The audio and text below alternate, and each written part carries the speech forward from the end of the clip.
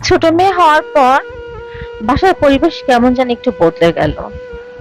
সবার মুখে কিছু না বললেও কিন্তু বোঝা যাচ্ছিল তারা হয়তোবা আশা করছিল ছেলে হবে, কারণ ওদের বাসায় মেয়ের সংখ্যাই বেশি।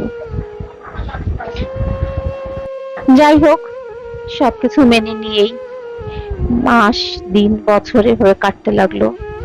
ভেতরে ভেতরে কষ্ট ছিল, কিন্তু প্রকাশ করতাম না। একমাত্র মেয়ের দাদা আমাকে পছন্দ করতেন। ওনার ভালোবাসাটা ছিল অন্যরকম। উনি সরাসরি মুখে কিছু বলতেন না, কিন্তু ওনার কাজের মাধ্যমে সেটা বুঝিয়ে দিতেন যে উনি আমার প্রতি স্নেহশীল। উনি মাঝে মাঝে আমার সঙ্গে বসে গল্প করতেন, বিভিন্ন ধরনের কথা বলতেন, অনেক সান্ত্বনা দিতেন, অনেক কিছু বুঝাতেন। তখন আমার মনে হতো এটা আমার একটা বড় সাহসের জায়গা। পরিবারের প্রতি আমার যত্ন, ভালোবাসা আমি আরো বাড়িয়ে দিলাম। আমি চেষ্টা করতে থাকলাম, জানি আমার ভালোবাসায়, আমার যত্নে আমার পরিবার জানি ভালো থাকে। কিন্তু এত কিছু করার পরেও কারো মন পেলাম না।